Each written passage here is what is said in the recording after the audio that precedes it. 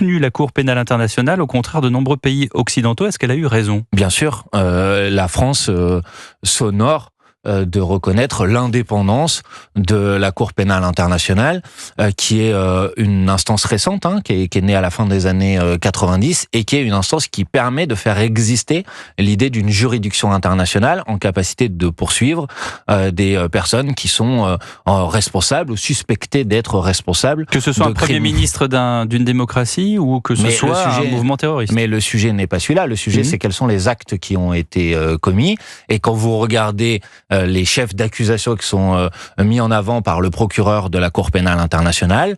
D'ailleurs, d'abord, ce ne sont pas les mêmes chefs d'accusation quand ils parlent des dirigeants du Hamas et quand ils parlent du Premier ministre israélien, mais les charges contre le Premier ministre israélien sont très lourdes. On l'accuse de provoquer la famine d'une population. Et pardonnez-moi, vous avez dit dans votre question la guerre entre Israël et le Hamas.